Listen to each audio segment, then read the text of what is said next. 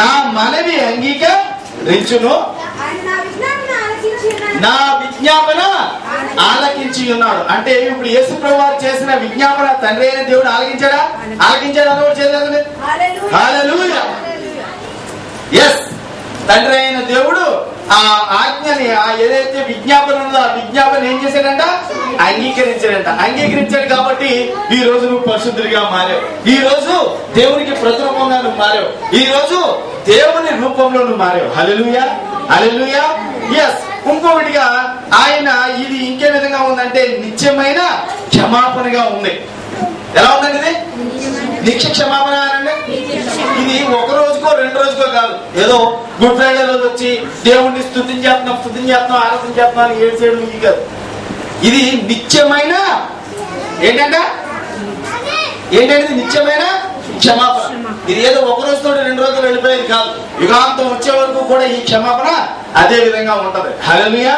Yes, ఆయన ఒక్కసారి ఆ కలవగిరిలో కాచిన రక్తం ద్వారా మనం అందరం ఏమైనా క్షమించబడి ఉన్నాం. హల్లెలూయా.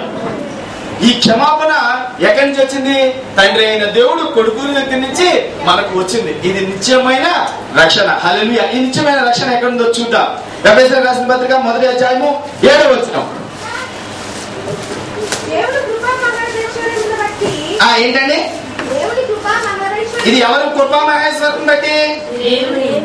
దేవుని యొక్క కృపా మహేశ్వరమును బట్టి ఆ ప్రియుని యందు ఆయన రక్తము వలన. హల్లెలూయా. మనకి ఏం కలిగింది ఇప్పుడు? విమోచన అనండి. విమోచన క్రయధనంగా ఆయన రక్తాన్ని ఇచ్చాడు. మీరు ఇంకా గొర్రెలు పెట్టకూడదు, ఇంకొక రక్తాన్ని ఇవ్వకూడదు. చదువు. ఆయన రక్తము వలన మనకి విమోచనము అనగా మన అపరాధములకు ఏముందండి ఇప్పుడు? క్షమాపణ. మనం తెలుసో తెలియక అనేక అపరాధాలు చేస్తూ ఉంటాం. మనం తెలుసో తెలియకో ఎన్నో పొరపాట్లు చేస్తూ ఉంటాం. ఈ అపరాధములన్నిటికీ ఎలా ఉందంట? క్షమాపణగా ఉందంట. హల్లెలూయా. అంటే ఇప్పుడు నువ్వు చేసిన ప్రతి అపరాధానికి ఇప్పుడు క్షమాపణ దొరికిందా? హల్లెలూయా. నేను పాపిని అనుకుంటే నీ హృదయం ఏమవుతుంది? బరువెక్కుతా ఉంటుంది. నా పాపాల నుంచి విమోచించబడ్డాను నువ్వు అనుకుంటే నీ హృదయం తేలిగ్గా ఉంటుంది. ఒకసారి ఆలోచించుకో. హల్లెలూయా. నీ హృదయాన్ని అడుగు. ఎస్, దేవా నువ్వు క్షమించేసావా? ఇంకా నా మీద ఉన్నాయా? ఈ రుణభారం నా మీద ఉందా అని అడగండి. ఇప్పుడు మన ప్రభుత్వం దగ్గరికి వెళ్ళి మా మీద ఎంత రుణభారం ఉన్నాయా అని అడిగాం అనుకో, ఏం చెప్తాడు? ఒక మనిషికి వచ్చి 1,22,000 రూపాయలు నీ తలకాయ మీద ఉందాయా అని చెప్తాడు. అదే యేసుప్రభు దగ్గరికి వచ్చి అడుగు, నా రుణభారం ఏముందండి అని అడుగు. నీ యేసుప్రభు దగ్గరికి వచ్చి ఏమంటాడు? నీ రుణభారాన్ని నేను ఎప్పుడో తీసివేశానయ్యా. హల్లెలూయా. ఆ రుణభారాన్ని ఏం చేశాడు? ఆయన తీసివేశాడు. నీకు రుణభారం లేదు, ఇంకా నీకు పైనుంచి వచ్చే గిఫ్ట్లు తప్ప. హల్లెలూయా, హల్లెలూయా. అందుకనే ఆయన మనకి రక్షణకర్త అయి ఉన్నాడు. హల్లెలూయా. ఎస్, నువ్వు ఆయన రక్షణకర్తగా ఎప్పుడైతే చూస్తావో నిన్ను రక్షించేవాడుగా ఉంటాడు. హల్లెలూయా, హల్లెలూయా. ఆ దేవుడితో ఆయన తండ్రితో చేసిన ఒడంబడిక ఏంటంటే, నేను వీళ్ళందరినీ కూడా ఏం చేస్తాను? నిత్య రక్షణకి తెచ్చుకుంటున్నాను, నా రాజ్య రక్షణకి తెచ్చుకుంటున్నాను, వీళ్ళందరినీ కూడా నా రాజ్య వారసులుగా చేసుకుంటున్నాను అంటున్నాడు. హల్లెలూయా, హల్లెలూయా. ఎస్, చూడండి, మనం చేసిన ప్రతి తప్పు దేవుడికి తెలుసు. ఆయనకి తెలియకోకుండా ఈ లోకంలో చీమైనా నిన్ను కొట్టదు. హల్లెలూయా. ఈ మాట ఎంతమంది నమ్ముతారు? ఎస్, ఖచ్చితంగా. అంటే మనల్ని చేసిన దేవుడికి నువ్వు ఏ సమయంలో ఎలా మారుతావు, నువ్వు ఏ సమయంలో ఎలా ఉంటావు అన్నది మాత్రం ఖచ్చితంగా దేవునికి తెలుసు. అందుకని ఆయన తను తానుగా తగ్గించుకుని ఈ లోకానికి వచ్చాడు. నేను మొన్న కూడా చెప్పిన చిన్న స్టోరీ చెప్తాను. ఒక చిన్న కుర్రాడు ఒక రేకుతో ఒక పడవని చేసుకున్నాడట. ఏ పడవని చేసుకున్నాడండి? ఒక కత్తి పడవని చేసుకున్నాడట రేకుతో. ఇది విన్నవాడు చేద్దాం. విన్నవాడు అయితే చాలా మంది ఉన్నారు, మళ్ళీ చెప్తున్నాను. రేకు పడవని చేసుకున్నాడంట. ఈ రేకు పడవని చేసుకుంటే ఈ రేకు పడవ బాగా ఆడుకుంటాడంటే ఎక్కడ పడితే అక్కడ వేసుకుంటా. ఏదో తోటలో దేవుడు ఎలాగైతే చేసుకుని ఆడుకునేవాడు యాదాంని, అలాగా ఎక్కడ నీళ్లు ఉంటే అక్కడ వెళ్ళి ఉప్పు అని ఊదివాడంట. కొంచెం ముందుకు వెళ్ళదంట. కొంచెం నీళ్ళు ఎక్కువ ఉన్న చోట ఏసీ వెళ్ళాలంటే కొంచెం ఇంకా ఆడుకున్నదంట. బ్రహ్మాండంగా ఆడుతుంది కదా, ఇది బ్రహ్మాండంగా నాకు మజా ఇస్తుంది కదా అని చెప్పి ఏం చేశాడంట, గట్టిగా పెద్ద కాలం ఉందండి ఇంటి పక్కన, దాంట్లోకి వెళ్ళి ఇది ఇంకా బ్రహ్మాండంగా ఆడుతుందని అందులో వేసాడు. ఏమైంది? అది కొట్టుకుపోయింది. ఆ ప్రవాహానికి కొట్టుకుపోయింది. అలాగే ఇస్రాయేల్ జనం అందరూ కూడా కొట్టుకుపోయింది. కొట్టుకుపోయిన తర్వాత ఒకసారి ఆ పిల్లోడు అలా మార్కెట్కి వెళ్ళాడంట. మార్కెట్కి వెళ్తే ఆ మార్కెట్ లో ఆ పడవ ఉందంట. ఇనుప సామాన్ అమ్మి వాడి దగ్గర ఆ పడవ ఉందంట. వెళ్ళి ఆ పడవ నాదే అని చెప్పేసి గబగబా వెళ్ళేసి ఆ పడవను తీసుకుని ఈ పడవ నాదే, ఇదిగో నా పేరు కూడా ఉంది దీని మీద అని చెప్పి గబగబా చూసుకుని అది తీసేసుకోబోయాడు. తీసేసుకోపోతే అడుగుకుంటా ఏమన్నాడు, ఓయ్ ఆ పడవ పైసలు కట్టి తీసుకెళ్ళాను. అదేంటే నా పడవ కావాలంటే పేరున్న చూడు, ఇది నా పడవ అని చెప్పేసి అన్నాడంట. అంటే ఇతనేమన్నాడంట, నీ పడవైనా నాకు తెలియదు, ఇది నాకు ఒక జాలని పట్టుకొచ్చి ఇచ్చాడు, నేను కూడా డబ్బులు పెట్టి అతని దగ్గర కొనుక్కున్నాను కాబట్టి నువ్వు నాకు డబ్బులు ఇస్తే నేను నీకు ఇస్తాను, లేకపోతే నీ పడవనే నేను ఉన్నానంట. ఎవరంటే అది కాదే బాబు, నా పడవ ఇది పడవ వేసుకున్నాను అని చెప్పేసి అన్నాడంట. అంటే అలా పోతుందో నాకు 20 రూపాయలు ఇస్తేనే నేను పడవ ఇస్తాను, లేకపోతే వెళ్ళిపోన్నాడు. సరే అని చెప్పేసి ఇంక ఈ జేబులో వాళ్ళ మమ్మీ దగ్గర ఉన్న డబ్బా అయింది భద్రం కొట్టుకుని పట్టుకొచ్చి 20 రూపాయలు ఇచ్చేసి ఆ పడవను కొనుక్కు తెచ్చుకున్నాడు. కొనుక్కుని తెచ్చుకుని ఆ పడవతో అంటున్నాడంట, పడవ నువ్వు జారిపోయావు, అయినా నేను మళ్ళీ నిన్ను వెలపెట్టి కొనుక్కున్నాను అన్నాడంట. హల్లెలూయా. అంటే దేవుడు ఎప్పుడైతే ఇశ్రాయేలు జనాంగాన్ని జాగ్రత్తుకున్నాడో మళ్ళీ ఆయన ప్రాణాలు పెట్టి ఏం చేశాడు, మనల్ని కొనుక్కున్నాడు. అంటే ఇది రెండవసారి కొనుక్కున్నాడు. రెండోసారి కొనుక్కున్నప్పుడు చూడండి, ఈ పిల్లోడు ఈ పడవను కొనుక్కుని ఇప్పుడు నీళ్ళలో ఎత్తడా గొప్పనే పర్లేదు మనకి 20 రూపాయలు కొనుక్కుందామని చెప్పి ఎత్తడా ఇంకెక్కడ వేయడు. అందుకని నీకు పరిశుద్ధాత్మను ఇచ్చాడు. హల్లెలూయా హల్లెలూయా. దీని మీద నువ్వు ఎక్కడ తప్పుకోలేవు, నువ్వు ఎక్కడికి పారిపోలేవు. చాలా మంది అంటారు కృప ఉంటే కనుక పాపలో వెళ్ళిపోతారు, పాపలో పడిపోతారు. ఎవరంటే వెళ్ళిపోయేది. హల్లెలూయా. ఆయన రక్షించుకున్నాడు. ఆయన కృప నీలో ఉన్న చేపు నువ్వు ఎక్కడ తొట్టెలవు. హల్లెలూయా. ఎందుకంటే నా దేవుడు ఒక్కసారి ఆయన కృపలో నిన్ను జ్ఞాపకం చేసుకుంటే నీ జీవితాంతము కూడా నువ్వు కృపలో ఉంటావు. హల్లెలూయా. ఎస్. ఆ పిల్లలు తెచ్చుకుని ఎక్కడ పెట్టాడు, షోకేస్ లో పెట్టాడు. షోకేస్ లో పెట్టి రోజు వచ్చి బాగుందా, నా బొమ్మ బాగుందా, అప్పుడు తన చేతితో చేసుకున్నాడు కదా, చేతితో చేసుకున్నా తను వదిలేసేవాడు. కానీ ఇప్పుడు ఏం చేస్తాడు, వెళ్ళి దాని దగ్గరికి వెళ్ళి జాగ్రత్తగా చూసుకుంటాడు. రోజు పొద్దున్న చూసుకుంటాడు, సాయంత్రం చూసుకుంటాడు. అవునా, దాన్ని చూసుకుని అది షోకేస్ లో పెట్టుకుని ఆనందిస్తాడా, దాన్ని బయటకు తీసి ఆనందిస్తాడా, షోకేస్ లో పెట్టే ఆనందిస్తాడు. అలాగే పరిశుద్ధాత్మ నీకు ఇచ్చి ఆయన ఎదురుగా పెట్టుకుని నిన్ను చూసి ఆనందిస్తాడు. కానీ ఇక మీద నిన్ను సైతానికి అప్పు చెప్పాడు. ఇంకొకసారి కొనుక్కునే ప్రయత్నాన్ని దేవుడు నిన్ను చేయడు. హల్లెలూయా. ఒక్కసారి ఆయన నిలబెట్టాడు, నిన్ను కొనుక్కున్నాడు కాబట్టి నిన్ను ఆయన బహు జాగ్రత్తగా చూసుకుంటాడు. హల్లెలూయా. మీ పక్కతో చెప్పండి, నిన్ను నా దేవుడు బహు జాగ్రత్తగా చూసుకుంటాడని. హల్లెలూయా. ఎస్. ఆయన మనకి రక్షణకర్తగా ఉన్నాడు, రక్షించేవాడిగా ఉన్నాడు. హల్లెలూయా. రెండో మాట చూద్దాం.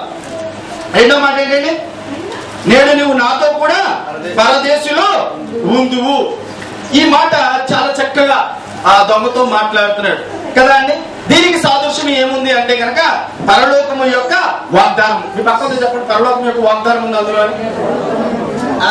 ఎందుకంటే అప్పుడు ఏమంటున్నాడు, నువ్వు నాతో కూడా ఎక్కడ ఉంటావు, పరలోకంలో ఉంటావు. అంటే మనకేముంది, ఇంకో లోకం ఉంది. హల్లెలూయా. మనకి దేవునితో సహవాసం చేయడానికి మనకేముందంట, ఇంకొక లోకం ఉందంట. హల్లెలూయా. నువ్వు పక్కనతో చెప్పండి, మనకు ఇంకొక రాజ్యం ఉందని.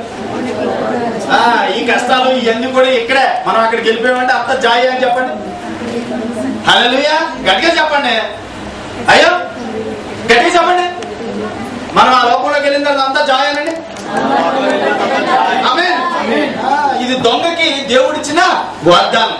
ఆ దొంగకి ఇచ్చిన వాగ్దానాన్ని ఎలా వాడుకున్నాడు అతను, వెంటనే పరలోకం వెళ్ళిపోయాడు. హల్లెలూయా. అవునా. ఈ వాగ్దానాన్ని మనం ఎలా వాడుకోవాలి, యేసు ప్రభువు మాటల్లోనే విందాం. యోహాను సువార్త 14వ అధ్యాయము 2-3 వచనాలు చదువుదాం. యోహాను సువార్త 14వ అధ్యాయము 2-3 వచనాలు. నా తండ్రి ఇంట అనేక నివాసములు కలవు. ఎక్కడున్నాయంట, నా తండ్రి ఇంట ఏమున్నాయి, అనేక నివాసాలు ఉన్నాయి. హల్లెలూయా. నువ్వు ఎప్పుడైనా రావచ్చు. హల్లెలూయా. నా రాజ్యంలోకి నువ్వు ఎప్పుడైనా రావచ్చు, నా తండ్రి ఇంట్లోకి నువ్వు ఎప్పుడైనా రావచ్చు. హల్లెలూయా. కాకపోతే దానికి మార్గం ఎవరు, నేనే. హల్లెలూయా హల్లెలూయా. చదవమ్మా. నా తండ్రి ఇంట అనేక నివాసములు కలవు, ఏలీయనా మీతో చెప్పుదును, మీకు స్థలం సిద్ధపరచి వెళ్ళుచున్నాను. హల్లెలూయా. ఏం చేయడానికి వెళ్తాడు ఆయన, స్థలము సిద్ధపరచడానికి వెళ్తున్నాడు. హల్లెలూయా. నీ పక్కన చెప్పండి, మనకి స్థలం సిద్ధపరచడానికి వెళ్తున్నాడు. నీ కోసం గొప్ప బిల్డింగ్ కడతాడని చెప్పండి. మళ్ళీ ఇలాంటి ఎండల్లోని ఫ్యాన్ లేక గాలి లేక కాదు, మనం డైరెక్ట్ ట్యూబ్స్ లో ఉంటాం. ఎలాగంటే డైరెక్ట్ కింద నుంచి పై వరకు చల్లగా ఉంటుంది అన్నమాట. ఎందుకంటే మహిమా మేఘాలు పట్టుకుంటాం కదా. హల్లెలూయా. అవునా. అలా చల్లటి దాంట్లో ఉంటాం అనమాట. అయిపోయిందమ్మా. ఓకే అవును. నేను వెళ్ళి మీకు స్థలము సిద్ధపరిచిన యెడల నేనుండే స్థలంలో మీరు ఉండులాగున. హల్లెలూయా. ఎవరుండే స్థలంలో? యేసుప్రభు వారు ఉండే స్థలంలో ఎవరు ఉంటామంట? నువ్వు నేను ఉంటామంట. హల్లెలూయా. ఇది నిత్యమైన వాగ్దానం, దేవుడు మనకిచ్చే పరలోకపు వాగ్దానం. ఇది దేవుడు ఆ శిలువ మీద పలికిన వాగ్దానం. హల్లెలూయా. ఇవన్నీ కూడా నీకు కావాలా ఉందా? ఖచ్చితంగా కావాలి. ఇప్పుడు చిన్నపిల్లడు ఉన్నాడు, వాడిని కేకేసి మనం చాకలి ఇచ్చాం అనుకోండి, అది తీసుకోకపోతే అది ప్రాబ్లమా నాది ప్రాబ్లమా? ఎవరిది ప్రాబ్లం అండి? ఎవరిది? అది తీసుకో, నాకు వద్దు బాబాయ్, నాకు వద్దు అని అనుకుంటాడు. నేనేం చేస్తాను? ఒరే బాబు తీసుకోరా అన్నాడు. నాకు వద్దు, చిచ్చి చాగా నాకు వద్దాడు. అవునా? అది ప్రాబ్లం ఎవరి దగ్గర ఉంది? ఎవరి దగ్గర ఉంది? పిల్లల దగ్గర ఉంది. అంటే మన దగ్గర ఉంది. నువ్వు తీసుకోవాలంటే తీసుకోవచ్చు, వద్దు అనుకుంటే నాకు వద్దు ప్రేమ, నాకు ఈ పరలోక రాజ్యము వద్దు అనుకుంటే వద్దు, కావాలి అనుకుంటే ఎన్నటికీ నువ్వు చేయొచ్చు. హల్లెలూయా, హల్లెలూయా. ఎస్, కల్లరిగిరిలో ఆయన చేసిన త్యాగాన్ని ఈ విధంగా కొనియాడాలి. నేను చూసాను, ఎవరైనా సరే పాజిటివ్ గా మాట్లాడతారు, కానీ మా అక్క వ్యవసాయం తెలుసా? సంతోషం గారు ఏది చూసారా? టోటల్ డిఫరెంట్ గా మాట్లాడింది. అవునా?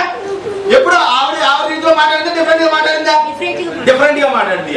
ఎందుకు? నేను అడిగాను దేవుణ్ణి, అయ్యా ఇంకా ఎన్నాళ్ళయ్యా, ఇంకా ఎన్నాళ్ళు అర్థం చేసుకోరు? ఇంకా అర్థం చేసుకోవాలి దేవుడా, నిన్ను అర్థం చేసుకోవాలి, నీ మనసును అర్థం చేసుకోవాలి, నీ మనసులో మేము నీలమైపోవాలి. ఎందుకంటే యుగాంతం దగ్గర ఉంది. మనందరం కూడా పల్లవి వెళ్ళవలసిన వాళ్ళం. మనందరం కూడా ఇప్పటి నుంచి ఎలా ఉండాలి? దేవుణ్ణి వెతికే వాళ్ళంగా ఉండాలి. హల్లెలూయా. ఎస్, ఆ విధంగా ధ్యానించినప్పుడు నీ హృదయంలో నెమ్మది వస్తుంది. పొద్దున్న నుంచి నీ హృదయంలో ఉన్న బరువు అంతా ఇప్పుడు చూడండి ఎలా వెళ్ళిపోయింది పక్కకి. హల్లెలూయా. ఎంతమంది ఫ్రీగా ఉన్నారని అనుకుంటున్నారు? హల్లెలూయా, ఆమేన్. ఎస్, మన హృదయంలో ఉన్నదంతా పక్కకి వెళ్ళిపోతారు. పొద్దు నుంచి సిలువ మీద యేసయ్యా నా కోసం కాచు నిజమే కాచు కరెక్టే కాదు. కానీ ఏంటి? దేని గురించి కాల్చాడైనా? నిన్ను నన్ను రక్షించి ఆయన పక్కన కూర్చోబెట్టుకోవడానికి. హల్లెలూయా. అంతేకాదు జీవితాంతో మొక్కుకుంటా ఏడుతూ ఉంటాం కదా. హల్లెలూయా. దేవుడిని ఎంజాయ్ చేయాలి, దేవుణ్ణి మహిమపరచాలి. నేను ప్రాణం పెట్టాను నీ కోసం, నువ్వు అడుగు అనాలి. హల్లెలూయా. ఆ విధంగా ఉండాలి. హల్లెలూయా. ఎస్, ఎప్పుడైతే నువ్వు ఆయన ఎదురుగుండగా ఆడతావు, చూడండి నీ పిల్లల కోసం ఆ కన్న తల్లి అనేక ఇబ్బంది పడి కంటారు. పిల్లల్ని కనేటప్పుడు ఎంత ఇబ్బంది పడి కంటారు తల్లి. ఆ పిల్లల్ని ఎదురుగుండగా పెడితే తెల్లగా పుట్టారు, ఈ ముక్కు రాలే, ఈ కన్ను రాలే, ఈ తోక రాలే అంట. అవునా? హల్లెలూయా. అలాగే ఇప్పుడు యేసయ్య కూడా నిన్ను ఎలా వినాలి? నా రూపంలోకి వచ్చేసాడు, చూడు నా గురించి ప్రకటిస్తున్నాడు అనే విధంగా ఉండాలి. నువ్వు ఇంకా అమ్మా కన్నది, అయ్యో ఇంకా కంటానే ఉంది, నీకు 24 సంవత్సరాలు వచ్చేసింది, 30 సంవత్సరాలు వచ్చేసింది, 90 సంవత్సరాలు ఇంకా కంటాదంటే కంటనే. హల్లెలూయా. నీ తల్లిని వెతుకుతుంటే నువ్వు ఎలా ముడిచిపోతుంది? అబ్బా ఇవాళ నడుపుతున్నాడు నా కొడుకు, అబ్బా ఇవాళ ఎంచగా నడుపుతున్నాడు, ఇదిగో ఇవాళ మాట్లాడుతున్నాడు, నెత్తరెత్తి మాట్లాడుతా నన్ను బుచ్చమ్మా నుండి అది నిండా అని తిడుతున్నాడు. అయినా కూడా నీకు ఆనందమే. అవునా? అది తిడుతుంటే నీకు ఎంత ఆనందం ఉంటుంది? అబ్బా ఇంకోసారి తిట్టరా అంటాం. అవునా? కానీ ఇప్పుడు ఏం చేస్తున్నావు? ఇప్పుడు అవన్నీ మానేసావు. హల్లెలూయా, హల్లెలూయా, హల్లెలూయా. కరెక్ట్ వచ్చినట్టుంది అవన్నీ ఏంటి? అయ్యో మరి ఎవరిని ఆదుకొని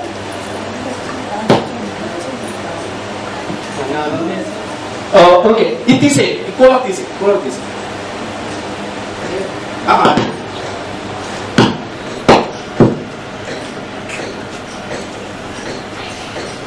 సరిపోవట్లేదు. హల్లెలూయా, హల్లెలూయా. అది వెళ్ళిపోయింది అచ్చుతో దాని కూర్చుందో రైట్. హల్లెలూయా. రైట్, చదవమ్మా. మరలా వచ్చి నా యొద్ద ఉండుటకు హల్లెలూయా. మనల్ని ఎక్కడ ఉంటాకి తీసుకెళ్తారంట? అక్కడ ఉంటాకి తీసుకెళ్తారంట. అంటే నువ్వు ఎలా ఉండాలి? యేసయ్య వచ్చినప్పుడు ఎదుర్కొనే వాళ్ళగా ఉండాలా? అయ్యో వస్తున్నావా, మళ్ళీ ఏం తీయడానికి వస్తున్నావు, మళ్ళీ ప్రాణం పెట్టడానికి వస్తున్నావా, తీసుకెళ్తున్నావు నీకు తెలియదు. హల్లెలూయా, హల్లెలూయా. ఆయన వచ్చినప్పుడు నువ్వు ఎలా ఉండాలి? మధ్య ఆకాశంలో యేసయ్య వచ్చేస్తున్నావా? Right, I'm ready. హల్లెలూయా. ఈ లోకం గురించి ఆలోచించకూడదు నువ్వు. హల్లెలూయా. అందుకని యేసు ప్రభువు ఈ లోకం గురించి ఎప్పుడు కూడా ఆలోచించలేదు. ఎప్పుడు కూడా ఎవరి గురించి ఆలోచించాడు? ఆత్మల గురించి, ఆయన ప్రజల గురించి. ఆయన ప్రజలు ఏ విధంగా నాలో తీసుకోవాలి, ఆ పరలోక రాజ్యంలో ఏ విధంగా నిలబెట్టాలి అన్న దాని గురించి ఆలోచించాడు ఆయన. హల్లెలూయా. ఎప్పుడు కూడా అదే ఆలోచనతో ఉన్నాడు. ఆయన వెళ్ళిపోయేటప్పుడు కూడా.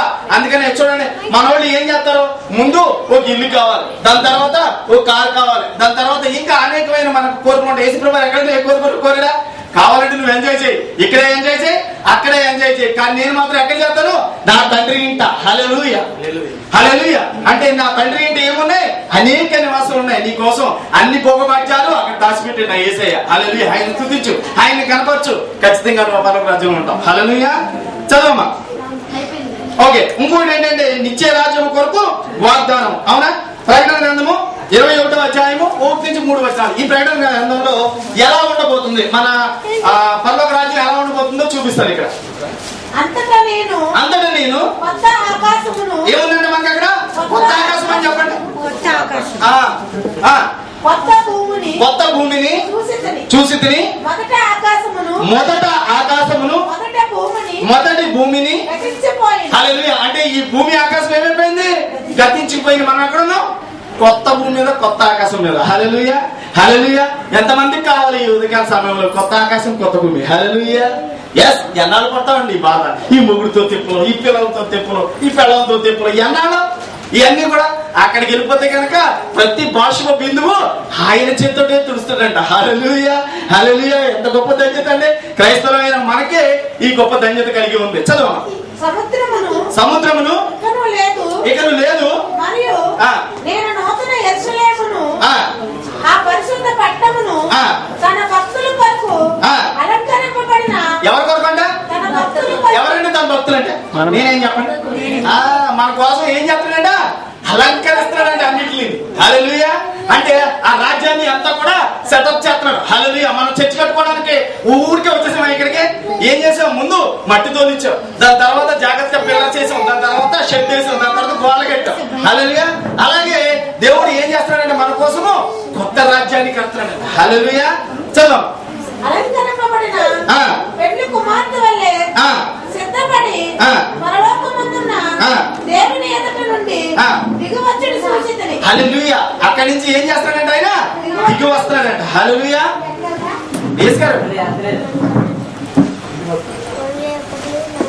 ఎగ్జామ్ ఉందా? అంటే ఇంకా 3 వరకే కదా. రైట్. చదువు. యెరూషలేమును ఆ పరిశుద్ధ పట్టణము తన భక్తుల కొరకు అలంకరింపబడిన పెద్ద కుమార్తె వలె సిద్ధపడి పరలోకమందున్న దేవుని ఎదుట నుండి దిగవచ్చుడు సూచితిని. అప్పుడు ఇదిగో దేవుని నివాసము. ఏంటంటే ఏముందంటే అక్కడ? దేవుని నివాసం అండి. దేవుడు వచ్చింది ఆయన దగ్గర, ఆయన నివాసంలో మనం కూర్చోబెట్టడానికి. చదవండి. మనుషులతో కూడా ఉన్నది. ఎలా ఉందంట? దేవుని నివాసము మనుషులతో కూడా ఉన్నది. అంటే నీతో కూడా నిండి ఉందని చెప్పండి. మీ పక్కతో చెప్పండి, గిల్లి చెప్పండి కొంచెం. నీతో కూడా అక్కడ నిండి ఉందని. అంటే మన కోసము అక్కడ పరలోక రాజ్యంలో మనకు ఒక బిల్డింగ్ ఉంది. అవునా? మనం ప్రజలమైన ఆయన స్తుతించడానికి మనకు ఒక గొప్ప నిధి ఉంది. హల్లెలూయా. హల్లెలూయా. అవునండి. ఈ లోకంతో ఎవరికి కావాలి? మనము. ఎందుకంటే ఈ లోకంలో బ్రతికేది 89 సంవత్సరాలు లేదా 100 సంవత్సరాలు. మా బతుకు 120 సంవత్సరాలు నా లెక్క ప్రకారం. అందుకనే మా ఎక్కువ ఎవడు బతుకుతాడు? ఎవడో పోతాడు. కానీ అక్కడ 1000 ఏళ్ళ జీవితం నువ్వు. హల్లెలూయా. ఆ 1000 ఏళ్ళ కోసం నువ్వు ప్రార్థించాలి. 1000 ఏళ్ళ కోసం ఆయన కొరకు అనేక ఆత్మను సంపాదించే దాహం నువ్వు కలిగి ఉండాలి. హల్లెలూయా. హల్లెలూయా. రైట్. 3వ మాటగా చూద్దాం. 3వ మాట ఏంటండి? ఏమండి 3వ మాట ఏమండి? అమ్మాది కుమారుడు. 3వ మాట చెప్పినట్టు చెప్పాలి మేడం. చెప్పండి. తల్లి ఇదిగోని కుమారుడు. అవునా? ఇదిగోని కుమారుడు. ఎందుకనండి అలాగా? ఆయన నేను వెళ్ళిపోతున్నాను, ఇదిగో నీ కొడుకున్నాడు చూసుకోమంటున్నాడా? ఏమంటున్నాడు? ఎందుకన్నాడు ఆ మాట? తల్లిని చూసుకోవాలి, బాధ్యత. అవునా? ఇది ఎక్కడ ఉంది బాధ్యత? ధర్మశాస్త్రంలో ఉంది. హల్లెలూయా. చూడండి, అంతకు ముందు నీ తల్లి నీ తమ్ముళ్ళు వచ్చి నువ్వు చూడటానికి వచ్చారయ్యా అని అడుగుతాడు. అడిగితే కనుక ఏమంటాడు? నాకు తమ్ముడు లేదు, అమ్మ లేదు, నన్ను ఎవరైతే అంగీకరించే వాళ్ళే నా తమ్ముడు నా అమ్మ అంటాడు. అవునా? కానీ ఇక్కడ ఎందుకు శ్రద్ధ తీసుకున్నాడు? హల్లెలూయా. నిర్గమకాండానికి వద్దాం ఒకసారి. నిర్గమకాండము 20వ అధ్యాయము 12వ వచనం చదువుదాం.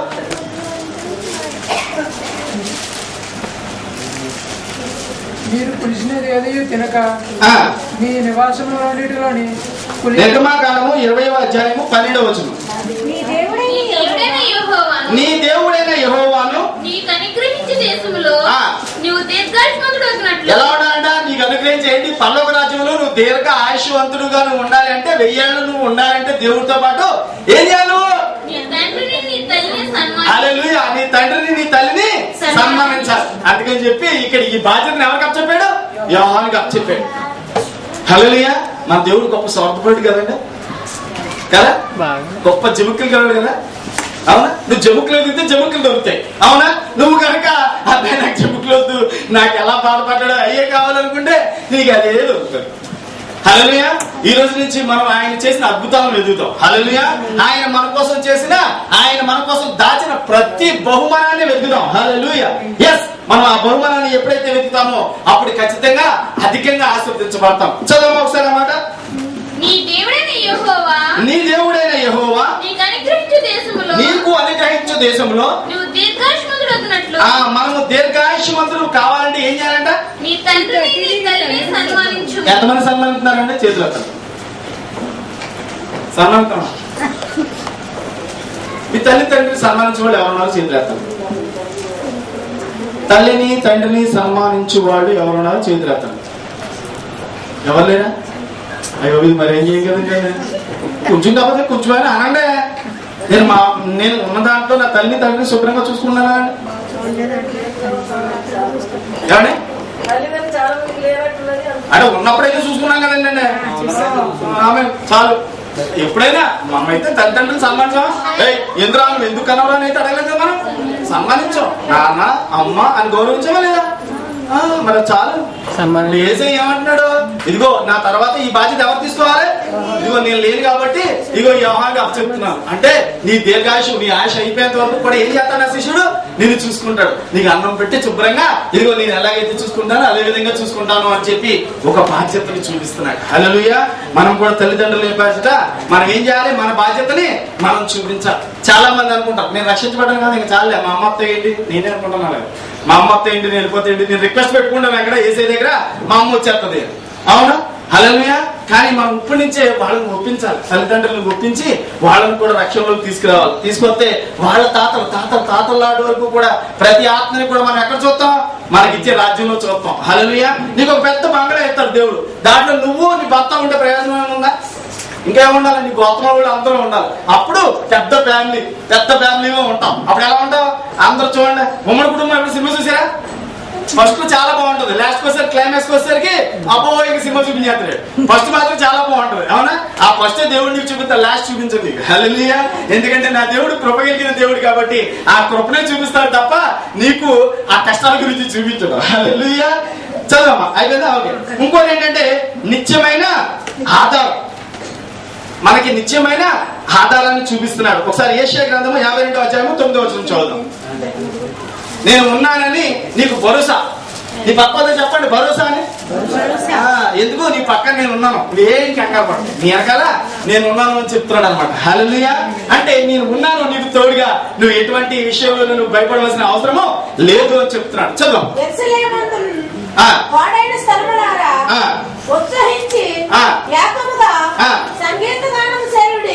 ఏం చేయాలి? సంగీత గానాలు చేయాలి. ఏసే దగ్గరికి వచ్చి ఏసయ్యా నువ్వు ఉన్నావయ్యా, మహోన్నతుడివయ్యా, సర్వోన్నతుడివయ్యా అని నువ్వు ఏం చేయాలంట? ఆనంద కీర్తనలు పాడాలంట. హల్లెలూయా. యెహోవా హల్లెలూయా ఏం చేస్తాడు? తన జనులను ఆదరించును. హల్లెలూయా. ఆయన ఆదరించడానికి విమోచించడానికి ఎవరిని ఇచ్చేసాడు? తన సొంత కుమారుని ఇచ్చేసాడు. హల్లెలూయా. ఎందుకంటే నువ్వు ఇంకా భయపడుతున్నావు, ఇంకా నువ్వేం చేస్తున్నావు? భయపడుతున్నావు. ఆ భయాన్ని తొలగించడానికి ఈ రోజు యేసయ్య నీ పక్కన కూర్చున్నాడు. హల్లెలూయా. హల్లెలూయా. హల్లెలూయా. ఓకే, 4వ మాటగా ఏముందో చూద్దాం. నా దేవా నన్ను ఎలా చేయ విడిచితివి. ఈ మాట ఎందుకు అన్నాడండి? చూసారా పాపం ఎంత భారంగా ఉందో. మానవుడు చేసిన పాపము అంత భారంగా ఉందంట దేవుడికి. ఏమని? తండ్రి చూడండి, పాపంతో ఉన్నవాడు, తప్పు చేసినవాడు దేవుడి దగ్గరికి రాగలడా? రాలేడు. అవునా?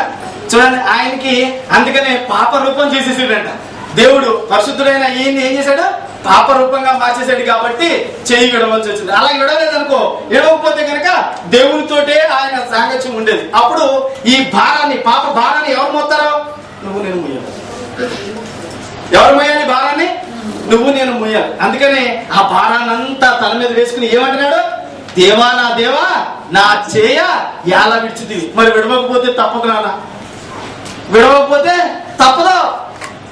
ఇంత యాగం చేయడానికి వచ్చావు నువ్వు. అందుకని నేను మీకోసారి చెప్పాను, యాగ పురుషుడని, యజ్ఞ పురుషుడని. అవునా? నేను యాగం చేయడానికి వచ్చాను. నువ్వు ఇక్కడికి మన ప్రజల్ని, జనాలందరినీ కూడా విమోచించడానికి వచ్చావు. కాబట్టి నువ్వు ఈ బాధ తట్టుకోవాలి. హల్లెలూయా. అందుకే అంటాడు దేవుడి దగ్గరికి వచ్చి, అయ్యా ఈ అంటే హల్లెలూయా. ఎప్పుడైతే దేవుడిని అడుగుతాడు అనమాట, ఈ దాన్ని తీసివేయబడితే తీసివేయ అంటాడు. అవునా? అప్పుడు మళ్ళీ అనుకుంటాడు, లేదయ్యా నీ చిత్తాన్ని ఇలాగే జరిగించు అంటాడు. హల్లెలూయా. ఒకసారి రోమన్ రాసిన పత్రిక 8వ అధ్యాయం 3-4 వచనాలు చదువుదాం.